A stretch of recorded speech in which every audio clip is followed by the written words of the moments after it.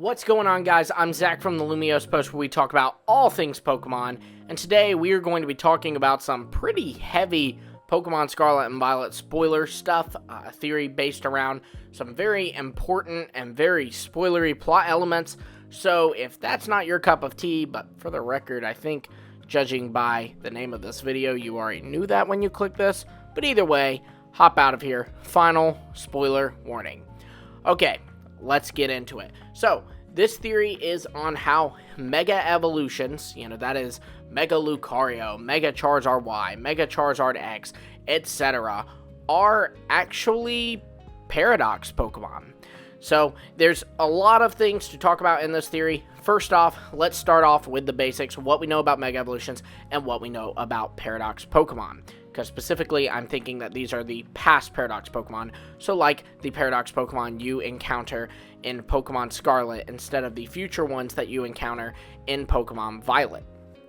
So, Paradox past Pokemon are ancient forms of current Pokemon we know today. So an example of this would be Koraidon or Great Tusk, Koraidon being an ancient form of Cyclizar, and Great Tusk being an ancient form of Donphan. So many years ago, when Cyclizar was not even Cyclizar yet, it was a Koraidon. And it eventually, over time, became domesticated and became Cyclizar. And obviously, over time in the future, it will become Miraidon. But we're not focusing on that today. We're purely focusing on the past connections. So same thing with Donphan. Great Tusk, over many years, became Donphan. So it's macro evolution versus micro evolution, which is really what we call the evolution that Pokemon experience. Pikachu evolving into Raichu. It's really more like a caterpillar becoming a butterfly, right? That's micro evolution, where it is not this major, just super big, over millions potentially of years changes. It's a small little change that can happen almost instantaneously. And that's what we know as traditional evolution, microevolution in Pokemon, whereas macroevolution would be things like how they believe that humans evolved from the same ancestors as monkeys, or from even Neanderthals. So Neanderthals, over many years, supposedly became human. So different species, right? Same thing here with Great Tusk and Donphan, Koraidon, and Cyclizar. Now, Mega Evolutions are a little bit more of a mystery. So, using Mega Energy, or even Infinite Energy, a Pokemon is able to take on a Mega Evolution. Now, this only happens for Pokemon that are fully evolved. So, like, Pikachu doesn't have a Mega Evolution. But fully evolved Pokemon like Lucario or Aggron do have a Mega Evolution. And what this does is it changes their appearance only during battle, and it can even, in some situations, change their typing. So like in Mega Lucario's case, it's really just changing its appearance. It's still keeping the fighting steel typing, but in Aggron's case, it's Mega Evolving and becoming a pure steel type, so losing its rock typing. Whereas in Charizard's case, if you Mega Evolve it into Mega Charizard X, it is becoming a dragon Mega Pokemon. So it's changing that flying typing for a dragon typing. It's switching these around. So what I'm proposing is that these Mega Evolutions are really just reminiscent of, or leftover DNA of, the ancient versions of these Pokemon. So if Donphan hypothetically had a Mega Evolution, Mega Donphan would be very reminiscent to Great Tusk. It would have a lot of similar traits, and who knows, maybe even that's where that fighting typing would come in. Maybe Donphan would have a fighting typing when it Mega Evolves. Now, Donphan currently is not known to be able to Mega Evolve, so this is a little speculative there, but there is some stuff to back this up. So first off, we have Salamence. Salamence is a Pokemon that is capable of Mega Evolution, and is also a Pokemon that we have seen a Paradox version of. So Salamence, when it Mega Evolves, it looks like this. It's got the cool little moon-shaped wings. Really neat design. And then we see its Paradox, Roaring Moon. This is the ancient version of Salamence, and it looks very similar to Mega Salamence. In fact, the Pokedex even points out that it looks very similar to a form Salamence can take using a phenomenon from another region. So, kind of confirming, hey, these things look similar, and that's intentional, right? That's Game Freak's way of saying they intentionally made Roaring Moon look similar to Mega Salamence. This is no coincidence.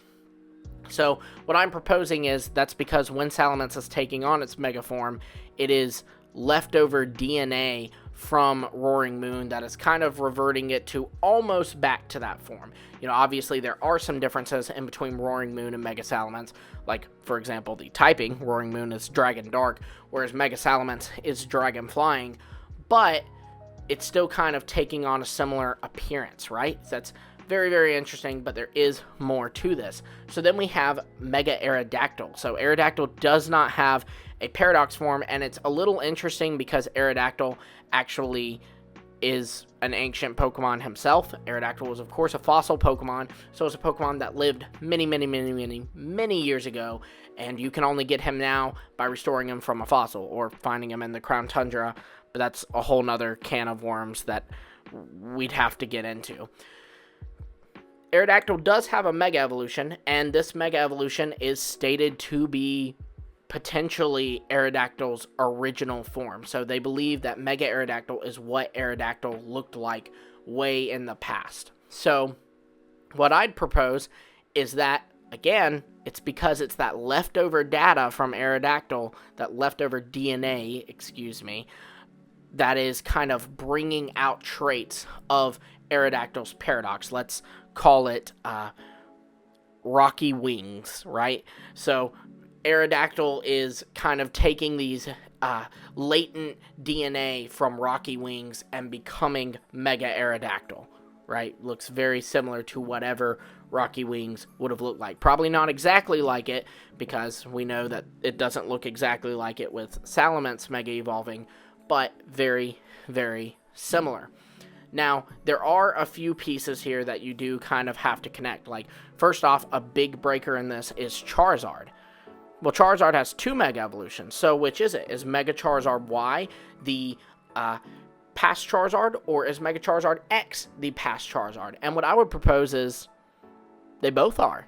These are two Pokemon that over time became one Pokemon, Charizard. And maybe even these were Pokemon that were connected by a line. So like they had a pre-evolution that they shared, but were different Pokemon. And the reason that we know this could be the case is by looking at the future paradoxes that you see in Pokemon Violet.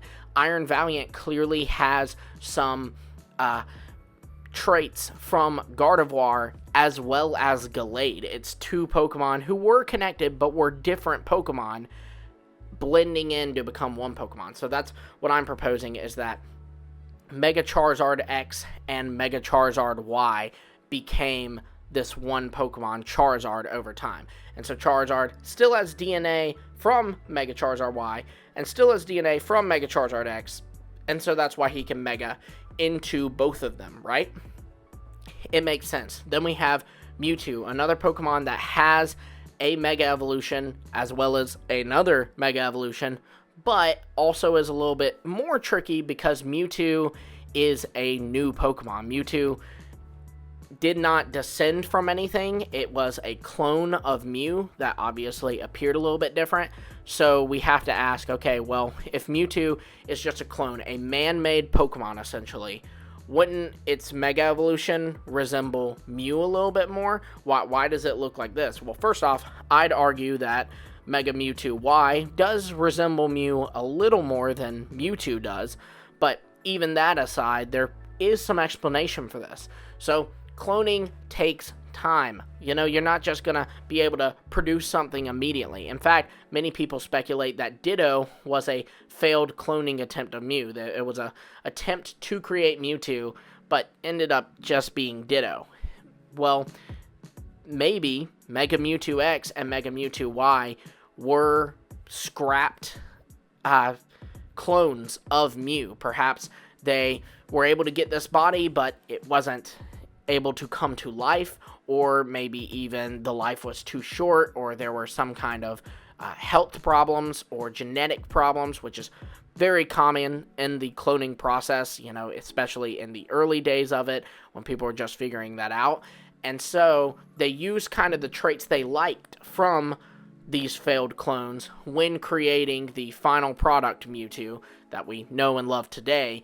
And because of that, Mewtwo carries some genes that allows it to revert to one of its failed clones in Mega Mewtwo X and one of its other failed clones in Mega Mewtwo Y. Now, this is a lot more tinfoil hatty, but another thing that I would point at that would suggest that potentially this is the case is just look at the design comparison of, say, Donphan to Great Tusk. Then look at the design comparison of, say, Lucario to Mega Lucario. It's not that different. Like, it looks like they just took Donphan and then kind of built off it a little bit. Said, hey, let's add some spikes, maybe give it a little bit more of a ragged design, and let's increase the size of those tusks. With Lucario, it's a similar thing. Let's, maybe change up the colors a little bit, maybe have it a little bit more like the auras flowing through it. It looks like they took that base design and built off of it. So that's what I'm saying is the design process for creating a Mega Evolution looks extremely similar to, just from what we can tell, the design process of creating a Paradox Pokemon. So again, maybe that's because they had the same thing in mind. I mean, for all we know, when creating Mega Evolution, they had it in their head, hey, let's see if let's imagine it as them reverting back to an ancient, more primal form of them.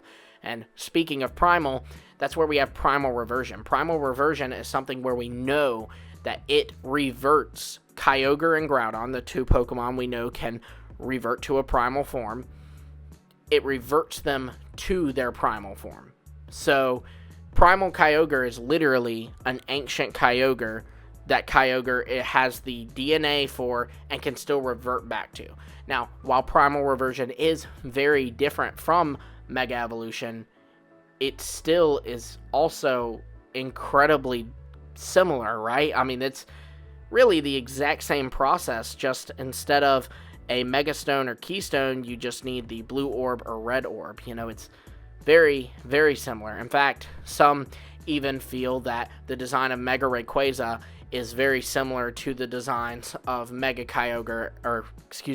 Kyogre and Primal Groudon when comparing it to the original Pokemon. So again, all of this factoring in just really seems to solidify the case that Mega Evolutions are latent DNA from an ancient form of these Pokemon that they're able to kind of access and bring out through infinite energy, of course. Which, at the end of the day, if it's latent ancestral Pokemon, well, that's a paradox. So, let me know what you guys think. I know this is a wild theory, but I was super excited to do this because I think they want us to really think this. I mean, again, to recap it all, Mega Aerodactyl is confirmed to be a believed ancient version of Aerodactyl. Salamence's Mega Evolution looks very similar to Roaring Moon. The design process for Mega Evolution looks very similar to the design process for these past paradoxes. Even things that would put holes in the plans like Mewtwo, Charizard can be explained by them having multiple ancestors, or in Mewtwo's case, multiple beta versions of its clone. So again, let me know what you think in the comments below. Be sure to also like, subscribe, and hit the bell for notifications, because we do have more cool Pokemon theories planned, and I'm super excited to get into them with you all. You don't want to miss them. So again, like, subscribe, and hit the bell. Until next time, I will see all of you later.